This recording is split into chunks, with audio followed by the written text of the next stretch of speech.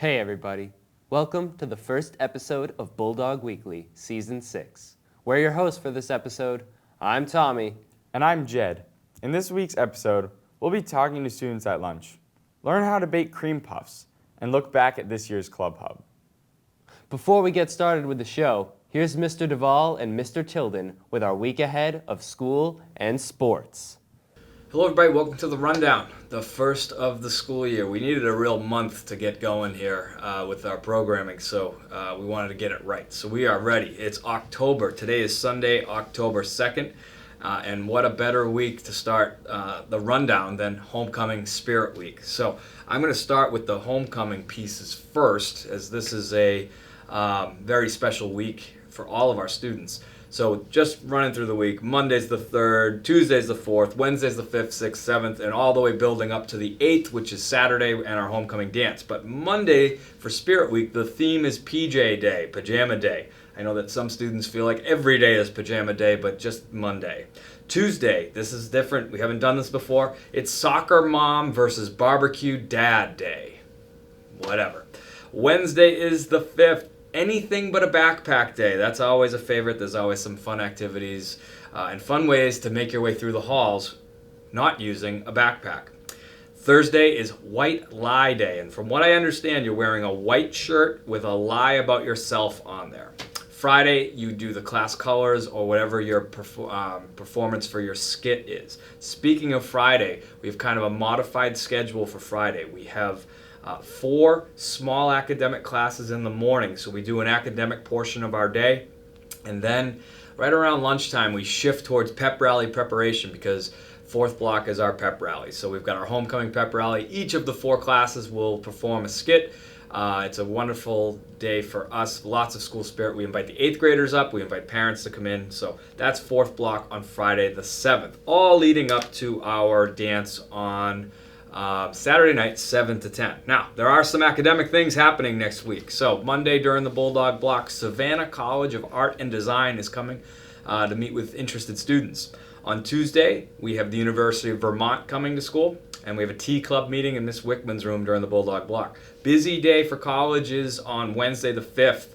We've got Fitchburg State, we've got Sacred Heart, and we've got the University of New Haven coming during the Bulldog block. Thursday the 6th is a delayed start, so it's quite a week. We're going to give students a delayed start, so we will have an 8:30 start time on Thursday. So busy week, but we're back with the Rundown. Good to see you. Thank you very much, Mr. Devoll. Welcome back for another school year. It's already been very busy. We got a huge number of kids out this year. We got over 300 kids out for fall sports. We are a couple weeks into the season. All our teams are doing very well. We're pretty happy with how things are going. Yesterday was a great day. I think we had all wins yesterday. Start off with unified basketball versus Apponequet yesterday. Great win. All the kids had a blast. Everybody got plenty of playing time. So congratulations to unified basketball for starting the season off for that win.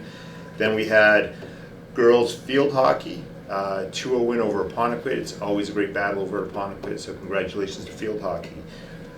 We had volleyball, also at Apponequet, 3-0 win. Those guys are undefeated, having a great season.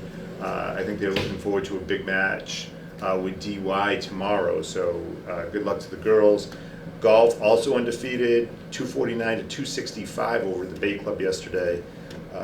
They were going against Somerset Berkeley. Boys soccer, also 2-0 win. They were at Bourne. Girls were postponed from yesterday. They have another game coming up. They're coming together. That is a very young team. Cross-country teams both competed on Tuesday versus Somerset Berkeley. Both had wins. Both teams continuing undefeated. So football, tough loss versus Dartmouth the other night. Looking to bounce back this Friday night with at Greater New Bedford Voc. We're wishing them the best of luck. So let's hope we stay dry this weekend. Good luck to everybody, and thanks to the Bulldog crew for all you guys do. Thank you. Thanks so much, Mr. Devoll and Mr. Tilden. Good luck to all of the sports teams competing this week. To start off our episode, we have Jed at this year's Club Hub, where all of the school's clubs came together to promote their activities. Take it away, Jed. Seniors are heading out.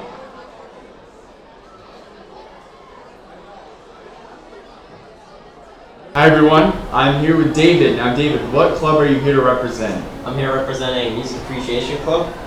We're actually right over there. You can't see it in the camera, but we made some buttons. We brought a bunch of vinyl LPs. We just try to broaden music tastes for everybody. Yeah, I got my button. It's Tame Impala Currents. What's your button? Mine's Good Kid, Mad City by Kendrick Lamar.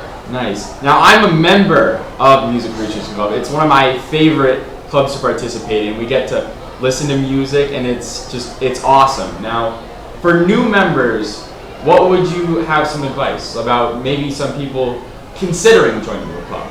I would recommend that you pick a favorite album or a couple favorite albums. That way, if you come to our club, and share what your favorites are. And people are really open to trying new things. So if you recommend something, they'll probably listen to it. It's a great way to get recommendations from others too if you're trying to find new music. Yeah, I've been trying to push a lot of people to join the club. So David, new members might be intimidated joining the club because of music can be very intimidating if you're maybe not like up to standards with the rest of the members, and it can be very like cliquey almost. Yeah, I don't find that that's the case with music appreciation because our whole point is to appreciate new music. So whether you have different music tastes from others or others want to give you, recommend their music tastes to you, usually people are very respectful about that. They like to recommend it, obviously. They're not forcing you to listen to theirs or making you tell them what you listen to. Cool. I encourage everyone, as many as we can fit in the class, we should join this club. I think we can really try and broaden our music appreciation. Yeah, there you go. Perfect. Hi, I'm here with Riley. And what club are you here to represent? Crochet and Knit Club. Who runs that club? It's ran through Singapore. Lovely. And so what would a general meeting be like for... So, they're every Bulldog walk on Friday, and even if you don't know how to knit, there's like a lot of people in there who can like teach you how to do like crochet or knit, and you kind of just make whatever you want, and anything you make gets like donated, so it counts as community service too. So yeah. That might be interesting. I always see like the little like dolls made out of crochet. They're really cute. I've always wanted to make one. Anything to say to new members considering joining the club? Maybe like something very convincing. I mean, it's a good experience whether you know how to do it or not, and it's a really easy way to get community service hours, and it's like a good atmosphere, and it's really fun. So. That sounds awesome. Yeah. All right. Well, thank you so much. Of course. Hi, everybody. I'm here with my good friend Tommy, a fellow member of ORC TV. Tommy, what club are you here to represent besides ORC TV? The Drama Club. Awesome. Now, what drama production are you guys working on right now? We are working on Alice in Wonderland. You want the show dates? Oh, yeah, sure, I'd love to. Well, the show dates are November 17th through 20th, 21st, I think. And yeah. That sounds awesome. I'll be there to see it. I love that story. Now, for any new members considering joining, why might they want to join? It's a lot of fun.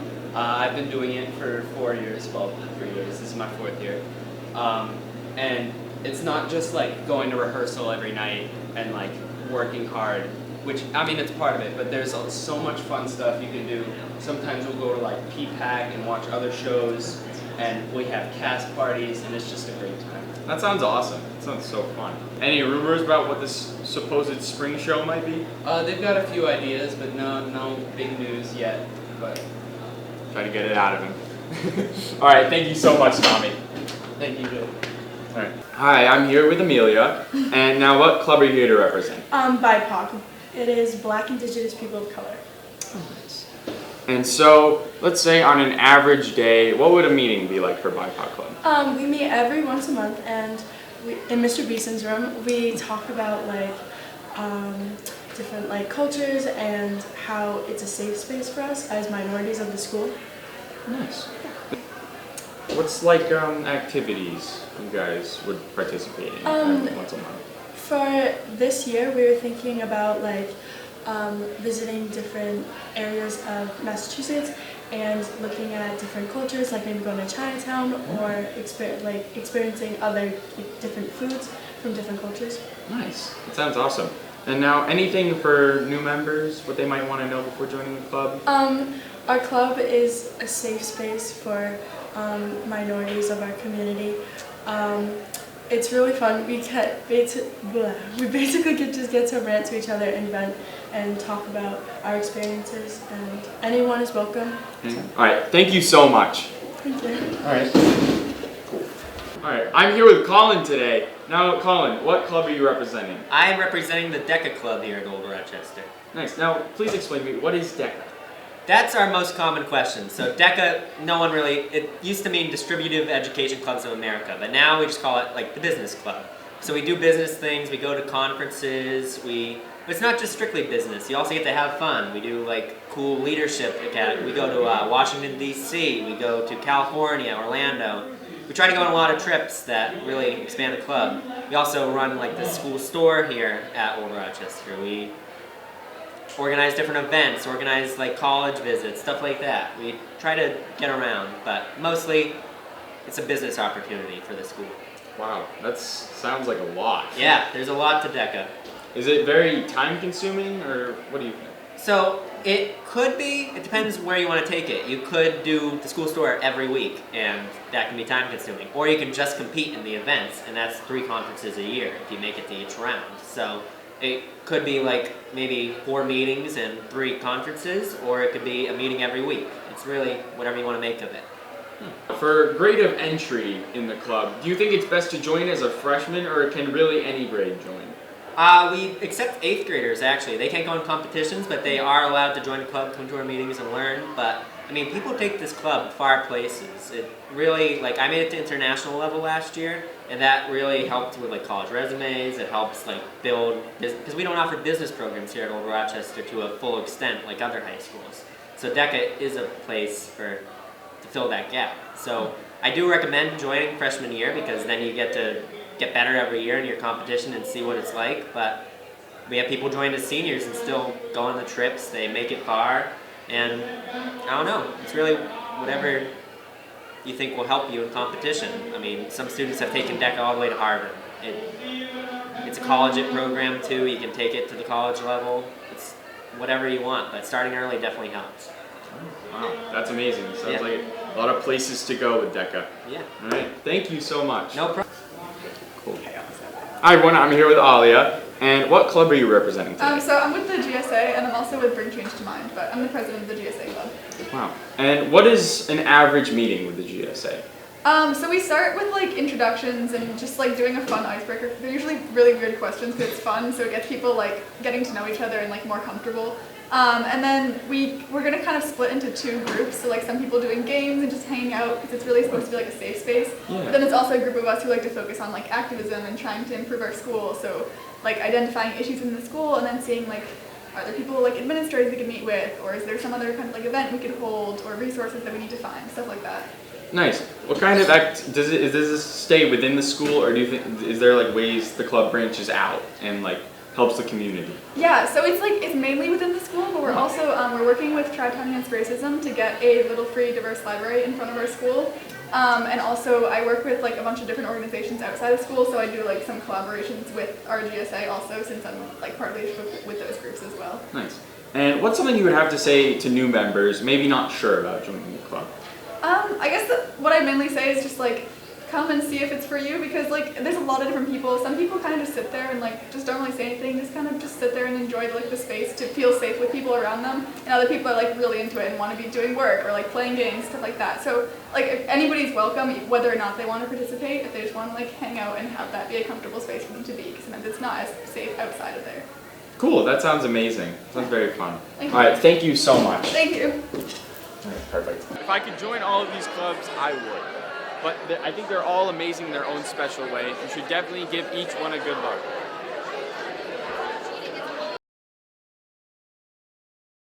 Thanks so much to all of the clubs who took time to talk.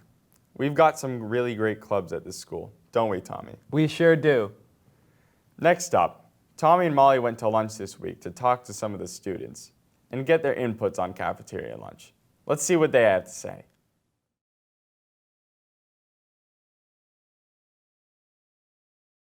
All right. Hi, I'm here with Brady. We're here with Brady. Now, Brady, what is your favorite part about lunch? I don't have to do any work. True that. I like lunch too. All right. Another question. What is your lunch hot take? A lot of the food is really bad, but there are a few select items that are really good. The burgers that they have are really good. That is a hot take. All right. Thank you so much, Brady. Hi, I'm Molly Dupree, and I'm here with Megan McFadden. Megan. What is your favorite part of lunch? I like hanging out with my friends and getting a break from class because class is like hard stuff. So. Of course, class is really hard. Now, Megan, what is your lunch hot take? The cheese pizza is actually surprisingly good. You know, get it occasionally, you know. School lunch sucks, the rest of it, but the cheese pizza isn't bad. You've heard it here. The cheese pizzas is actually pretty good. Hello. I'm here with Calder. Here with Calder. Now, Calder, tell me, what's your favorite part about lunch? I get to talk with my friends. He gets to talk with his friends. Now, Calder, what is your lunch hot take? Hit or miss. What's that supposed to mean? It's either really good or really bad. That's true. That is a hot take. Thank you so much, Calder. I'm here with Nina. Ava. Nina and Ava. Nina and Ava, what is your favorite lunch? Your go-to lunch? I like mac and cheese. I like pizza. Pizza. Mac and cheese and pizza. Pretty good answers. Hello. I'm here with Sergeant Thomas Abreu of the Massachusetts Army National Guard. And what are you doing at our school today? So I am a career and education counselor for the Army National Guard, and what I want to do is get the information out about the National Guard and the options that we have both educationally and for skilled trades learning. There's so many options. A lot of this information does not get out to kids. So if I join the National Guard, does that mean I get deployed elsewhere, or do I stay here in the USA? Great question. So we get the same training as the active duty Army and the reserves. The difference is our main mission is here in Massachusetts. So if you've ever heard of citizen soldiers, so citizen soldiers, then we're part-time. You're full-time citizens to pursue your career and academic goals. But 1 week in a month on a part-time basis, we put the uniform on to serve the Commonwealth. A great example is during COVID. If you saw anybody in uniform during COVID helping out, we did testing sites, logistics, we helped out in hospitals, the prisons. That's all National Guard. That's all citizens of Massachusetts helping the Commonwealth. So if I join the National Guard, I can do more than just fighting, right? And protecting.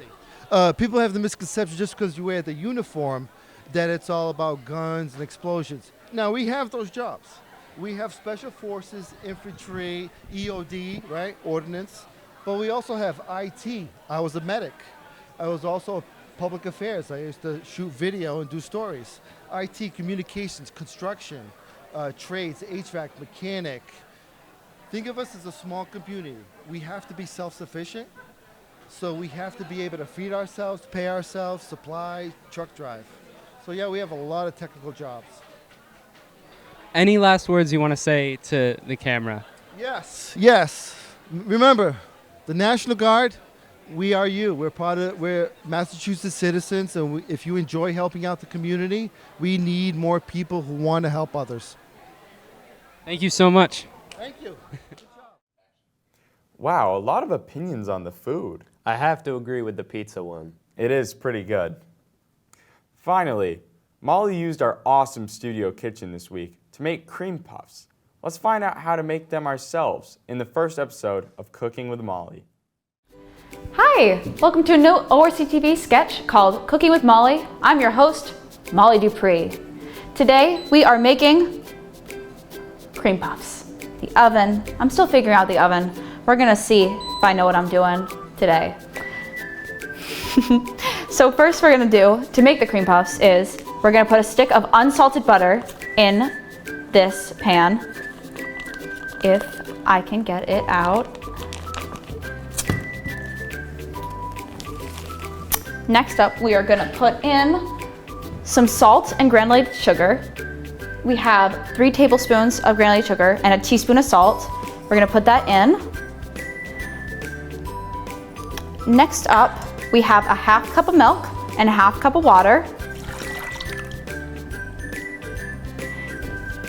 And what we're gonna do is, we are gonna turn this oven on to medium heat, and we're gonna let it all melt together until it comes to a soft boil. This might take a little bit. At this point, the mixture is almost combined and almost completely melted. The stick of butter took a little while. And once it's completely melted and it's beginning to boil, we're gonna add a cup of flour. Normally in a recipe you would use all-purpose flour, but I'm gluten-free, a little fun fact. So we're gonna use gluten-free 1-to-1 flour. All right, at this point it's begun to boil, so let's put in that flour.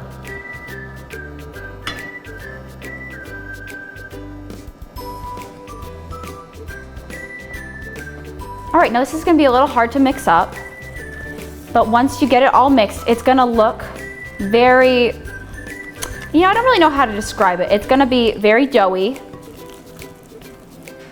You'll see for yourself. All right, now here's the paste. This is how the dough should look at this point. Obviously, we still got a little ways to go before it's ready to go in the oven. So what we're gonna do is, we are gonna add 4 eggs. We're gonna add them one at a time. We're just gonna crack them open and just mix them in one at a time.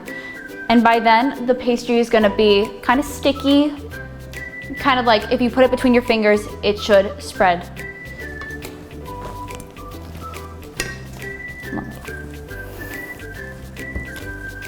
All right, after mixing in 4 eggs, your pastry should look like this. Pretty smooth, but still kind of sticky. And now it's ready to pipe. All right, this is a piping bag, and if you don't have one at home, I suggest you take a plastic bag and you just cut a little snippet in the side so you can pipe.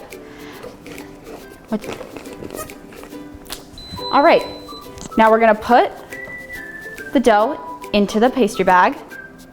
I just like to use a cup because it's easier and it's a lot less messy. What do you want from me?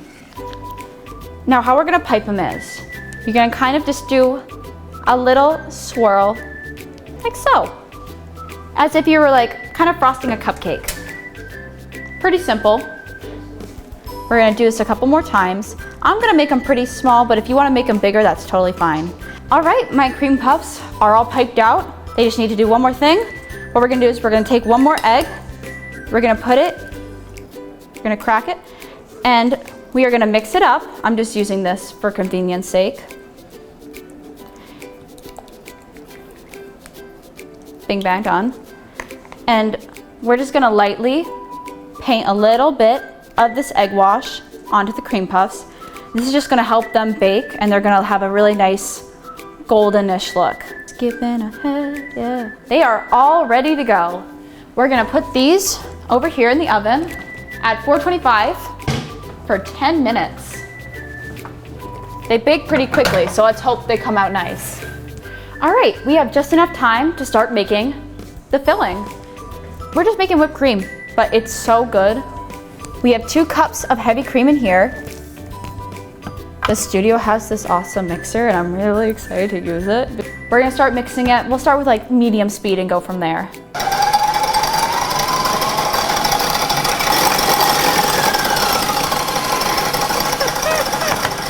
It's in my eye.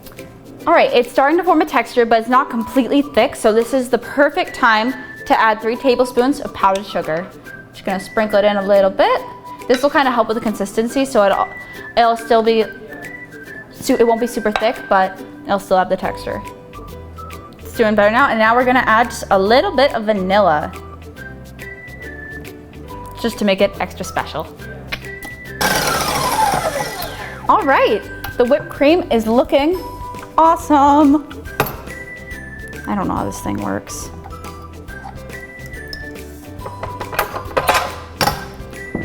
Look how awesome that consistency is. It's like, it's so fluffy. Here we go. All right, the cream puffs have all been made. And what I did just before this, I took a little knife and I cut them in half. And this is where the fun part begins. Now it's time to decorate. I'm taking a small spoonful of our whipped cream. I'm just gonna put it on. It's like a little sandwich. And if you're feeling creative, we have some sprinkles that I found in the cabinet there. I was thinking I'd decorate some of them with sprinkles, some of them without.